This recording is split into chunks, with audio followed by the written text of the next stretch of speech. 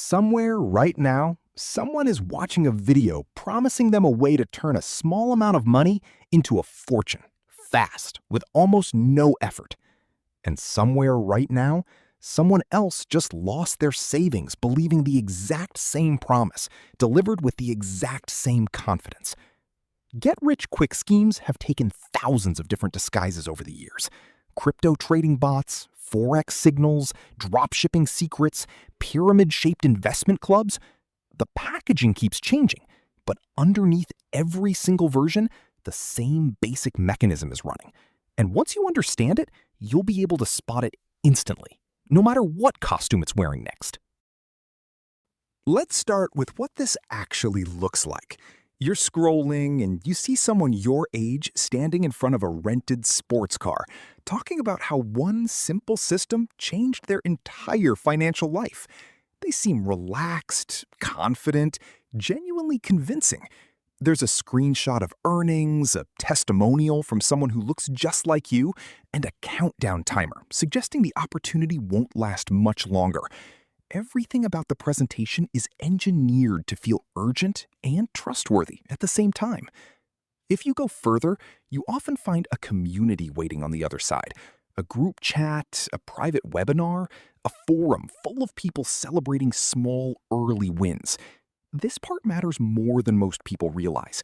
It's not just one person trying to convince you anymore, it's dozens of voices, all seemingly independent, all reinforcing the same message. And social proof like that is remarkably hard to resist, even for people who consider themselves financially cautious. Here's where it gets specifically dangerous. Many of these schemes actually pay out at first. A small investment turns into a real, verifiable return. That first payout isn't a mistake or a fluke. It's the entire mechanism working exactly as designed. Because nothing builds trust faster than money that actually shows up in your account. Once that trust is established, the amounts people are willing to risk grow substantially, right before the system stops paying out at all. Then comes the part almost everyone recognizes in hindsight, but almost no one predicts in the moment. Withdrawals get delayed, there's a new fee that wasn't mentioned before, support becomes slow, then unreachable. By the time the pattern is unmistakable, the money that could have been pulled out earlier is already gone, and the confident community that felt so reassuring just weeks earlier has often gone quiet or disappeared entirely. This isn't about being naive, and it's definitely not proof of poor judgment.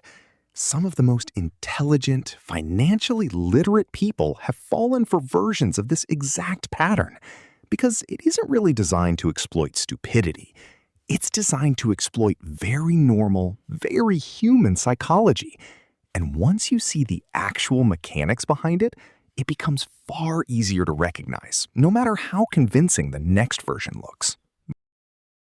Nearly every version of this scheme runs on the same underlying structure, sometimes called a Ponzi mechanism, where early participants are paid using money collected from later participants, rather than from any actual underlying profit. There is no real business generating the returns. The returns are simply a redistribution of newer money to older investors, which means the entire structure depends completely on new money continuously flowing in. The moment new investment slows down, the payouts have to stop because there's nothing else actually funding them. What makes this so effective at fooling smart people specifically is that it exploits a well-documented cognitive shortcut called social proof, the tendency to trust something more because other people around us seem to trust it too. When you see dozens of testimonials, a lively group chat, and real payouts happening to people who look just like you, your brain reasonably concludes that this much shared belief couldn't possibly be entirely wrong. Except in this specific structure, that shared belief is exactly the fuel keeping the scheme alive, not evidence that it's legitimate. There's also a psychological principle at work called sunk cost combined with loss aversion, and it explains why people keep adding money even after doubts start creeping in. Once you've already invested a meaningful amount, pulling out and accepting a loss feels far more painful than continuing to invest, hoping to recover what's already been put in. This isn't irrational in the way it's often described. It's a deeply wired response to loss, one that scheme architects understand and design around deliberately, often by making the next investment tier feel like the exact solution to the doubt you're starting to feel. The urgency built into almost every version of this pattern, countdown timers, limited spots, exclusive access, isn't incidental either. Urgency specifically targets your slower, more analytical thinking, the part of your brain that would normally ask careful, skeptical questions given enough time. Scarcity and time pressure push people toward faster, more instinctive decision-making, precisely the mode of thinking least equipped to catch a structure this deliberately engineered. And there's a final piece worth naming, honestly. These schemes tend to target exactly the moments when people are most vulnerable to a shortcut. Financial stress, a recent setback, a genuine desire to provide better for family, or simply the exhausting reality that slow, steady wealth building can feel painfully out of reach compared to the promise of a fast alternative. The pitch isn't really selling a financial strategy. It's selling relief from that specific exhaustion, which is exactly why it works on people who are thoughtful, hardworking, and simply tired of waiting. You don't need to become a financial expert to protect yourself from this pattern. You need a small set of consistent habits that interrupt the exact mechanisms that make these schemes work. The first and most reliable habit is simply refusing to make any financial decision under manufactured urgency. If something insists you must decide today, this hour, before the countdown ends, that pressure itself is worth treating as a warning sign rather than a reason to move faster. It also helps enormously to ask one specific, simple question anytime a return sounds unusually high or unusually consistent. Exactly how is this profit being generated? Legitimate investments can generally answer this clearly in specific, verifiable terms. Schemes built on this pattern tend to answer vaguely, with buzzwords, proprietary algorithms, or exclusive access, because there genuinely isn't a real underlying answer to give. Checking for regulatory registration is another concrete step worth taking every time. Legitimate investment opportunities, in most places, are registered with a recognized financial authority, and that registration is usually verifiable in minutes. An opportunity that can't be checked this way, or actively discourages you from checking, is telling you something important on its own. It's also worth being especially cautious the moment social proof becomes the primary evidence being offered. Testimonials, screenshots, and enthusiastic communities feel persuasive, but they are not the same thing as verifiable financial data. And a scheme's entire design often depends on that distinction going unnoticed. Real evidence looks like audited statements and transparent, checkable numbers, not group chat excitement.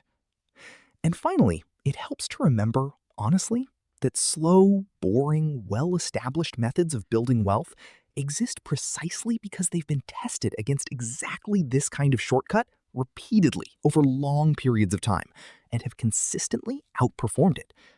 The appeal of a fast alternative is real and understandable, but treating the presence of that appeal as a warning sign to slow down rather than a signal to move quickly is often the single habit that separates the people who avoid these schemes from the people who eventually don't. Let's make this concrete. Picture someone approached by an acquaintance, genuinely enthusiastic, about an investment club promising a fixed, unusually high monthly return. The acquaintance has real screenshots. The community seems lively and legitimate. The usual instinct is to feel drawn in immediately, especially with a countdown mentioned for the next available spot. This time, instead of reacting to the urgency, they pause and ask directly, how exactly is this profit being generated? The answer that comes back is vague, something about a proprietary trading algorithm and an exclusive network of investors. No specifics, no verifiable detail. That vagueness alone, more than any single red flag, becomes the clearest signal something is off. They take 5 minutes to check a public regulatory database, and the opportunity isn't registered anywhere at all. That's enough. They decline, calmly, without needing to fully understand the mechanism behind the scheme to know something was wrong. Months later, they hear the investment club quietly collapsed, payouts stopped, and the enthusiastic community that once felt so convincing had scattered without explanation. If any of this felt familiar, here's what's worth holding on to. Falling for a shortcut like this was never proof of poor judgment. These structures are specifically engineered to work on exactly the instincts that make you human. Trust in community, hope for a faster way forward, discomfort with missing an opportunity. Recognizing the mechanism doesn't mean you were foolish before. It just means you now have language for something that used to be invisible. Wealth built slowly rarely makes for an exciting story, and it's genuinely hard to compete, emotionally, with the promise of something fast. But slow has survived every test that fast eventually fails, and knowing the difference clearly is worth more than any single shortcut could ever promise. If this sounds familiar to you, share in the comments a moment you almost fell for, or actually fell for, a shortcut like this. You're not alone in carrying it. This video is intended for general educational purposes only and is not financial advice. Before making any investment decision, please do your own research and consider speaking with a licensed financial professional. If today's video gave you a little more clarity about protecting your money, hit like and share it with someone who might be tempted by the next convincing shortcut. I'm Eco.